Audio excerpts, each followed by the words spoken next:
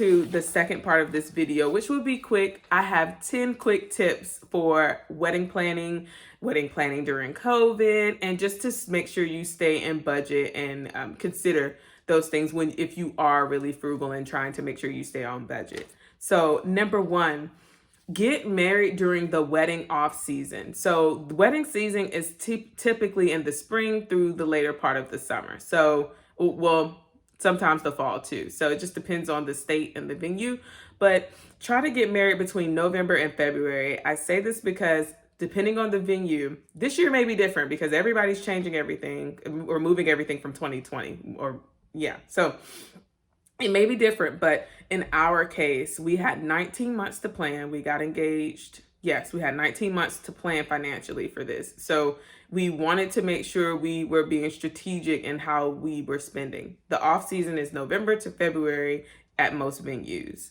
We chose, of course, the December 22nd date. December 22nd of 2020 is on a Tuesday. We saved $3,000 by moving our wedding to a Tuesday. So it sounds inconvenient to be on a Tuesday, but it was the week of Christmas, so most people were off anyway, and it worked out for us. If I was to do it all over again, I would have done the same thing because it saved us $3,000. I'm not having my wedding on a Saturday just because, to make it more expensive or just for the convenience of others. We knew financially we were paying for this, so we wanted to make sure it was convenient for us. So that's my first tip. Make sure, or not make sure, but if you don't care so much about your day and the convenience of everyone else, I would stick in the off season between November and February. You will not only save money, but you won't have to deal with the hassle of your rehearsal. There's other brides in there trying to rehearse, or your venue coordinator isn't as focused on you because they have 30 other brides in that month to figure out. So I would definitely stick between November and February. Also, by choosing a December wedding, depending on the venue, you either get a discount on your decor or all of your decor is already included. So that's another big thing to consider. Rather than spending that money on floral decor, you can get your decor for free depending on the venue.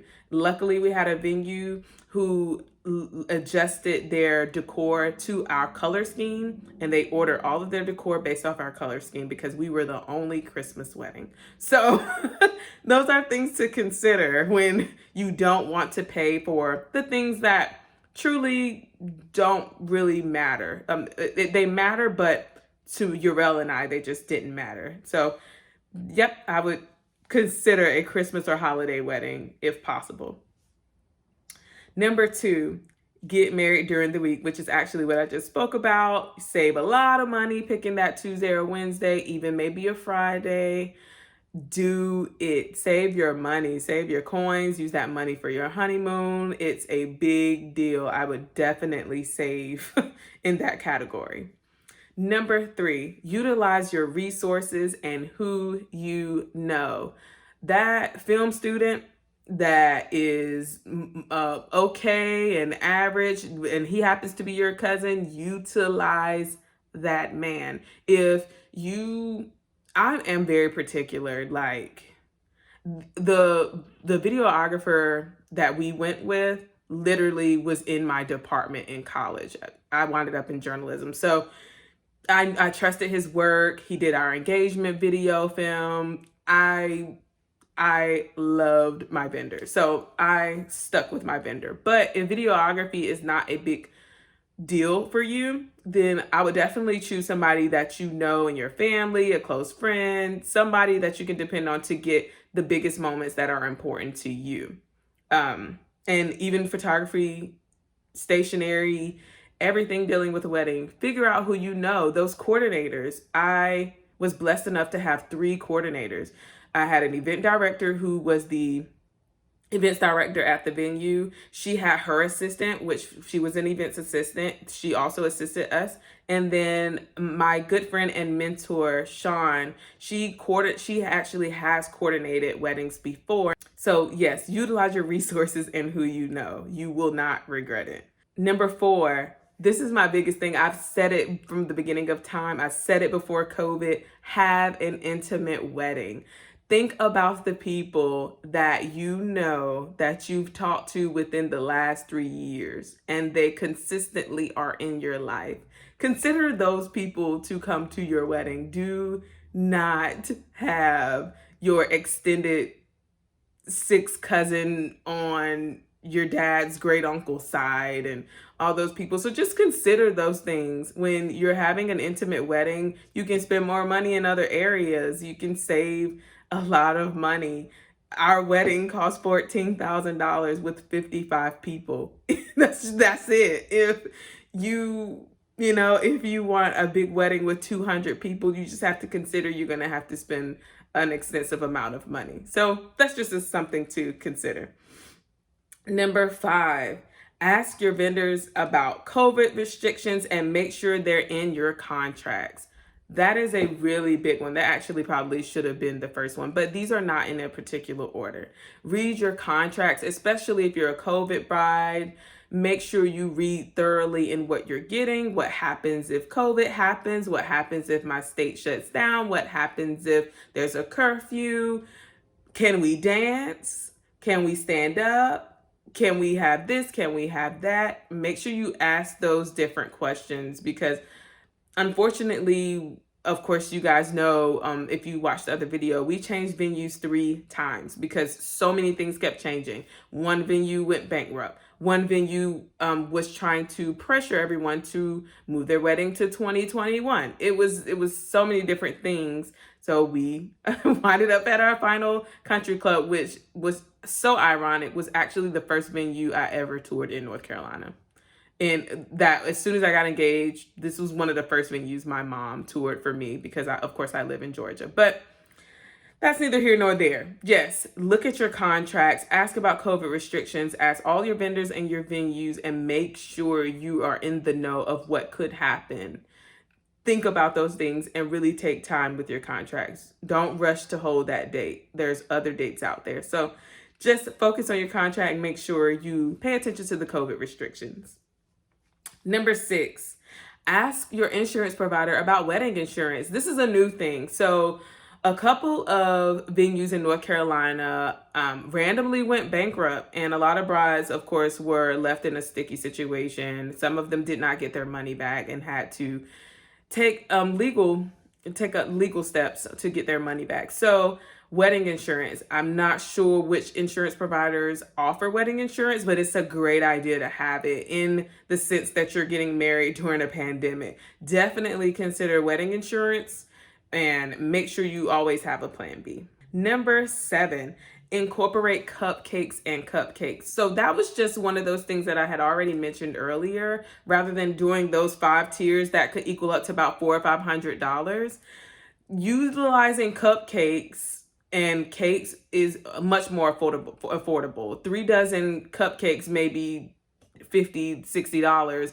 and then the 2 layers of cake might be $150. You just saved $300 rather than getting a 5-tier cake. So consider getting just cake and cupcakes. That saved us a lot of money. And not everyone may want a dessert at your wedding.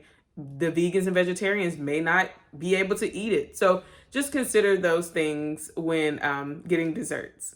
Number 8, utilize local shopping. Local shopping in the sense of Hobby Lobby, Michael's, Arts and Crafts.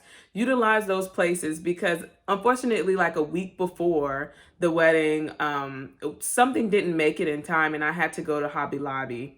And I saw that there was 2 aisles of wedding things that I could have utilized. There was veils for $30. There was jewelry for $40. And I had wished I known because I would not have spent $150 on a wedding veil. So those are things to really consider before you start shopping. Go look locally and then you can put your eyes on these things versus ordering something from Amazon and then it comes and it looks cheap. So utilize your local shopping. They have better deals. Hobby Lobby at the time was 40% off.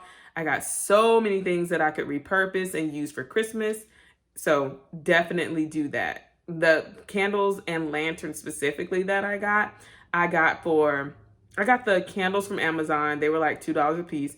And then the lanterns I got on sale, they were $8 a piece. These are copper lanterns, really nice lanterns that I got for $8 a piece, and I got 10 of them. So saved a good amount of money at Hobby Lobby. So consider those local shopping opportunities. Number 9, this was actually a piggyback off of one of the earlier numbers that I mentioned.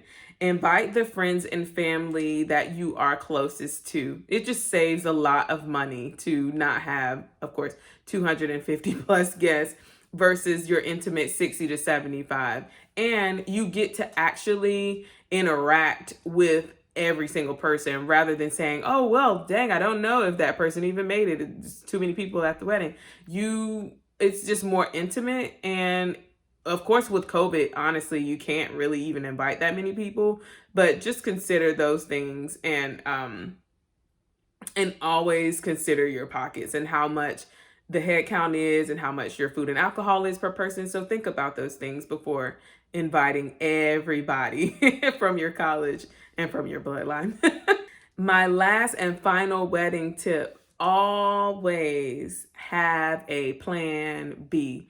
Urel and I had a plan B, plan C, plan D, and it was interestingly enough, as the months got closer to December 22nd, it seems as though more restrictions were happening in the state of North Carolina.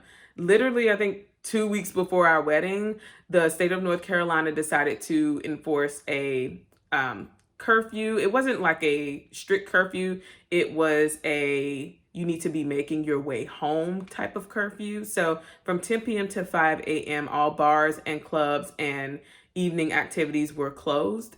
From 10 p.m. to 5 a.m. So that happened 2 weeks before our wedding. Luckily, we had scheduled our wedding to end by 9 o'clock anyway. And so it worked out in our favor. But still, always have a plan B. At one point, our venue was telling us that we may not be able to dance, that we may not be able to do the bouquet throw, that we may not be able to do the garter throw.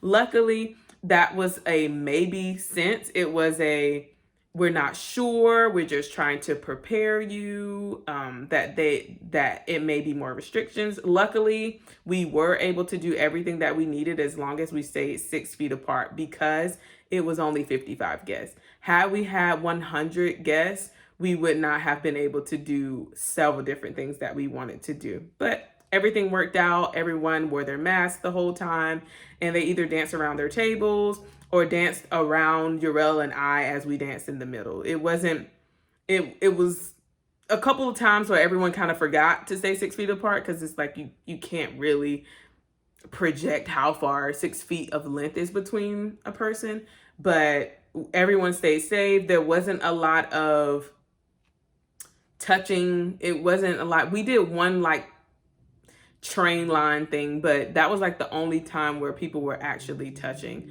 But we did the best that we could, and we have not heard of anybody catching COVID from our wedding. So we're so happy about that. So yes, so always have a plan B, have a backup plan, Airbnb, courthouse, something intimate at your home. If that venue doesn't work out, have another venue in the background, maybe rent out a restaurant. Always have a plan B. I have a separate video about 10 different tips and ways that you can have the wedding that you want, just in a different location or setting. So check that video out. I'll make sure I include that in the description below. So that about sums up everything for our wedding, our pricing, the donations that we received from our family. And I'm just so excited that, to be honest, I'm excited that we made it past it in 2020. Crazy, crazy year to have a wedding, but it all worked out. And I'm just so thankful for our friends and family that was able to come out, our families for contributing to our big day. And we're just so appreciative. We will have another video continuing our kind of mini wedding series, and we'll talk about our full experience with the wedding in more detail. We'll make sure we try to keep it shorter than this video for sure. So I'll talk to you guys soon. Thank you for tuning in. Happy New Year.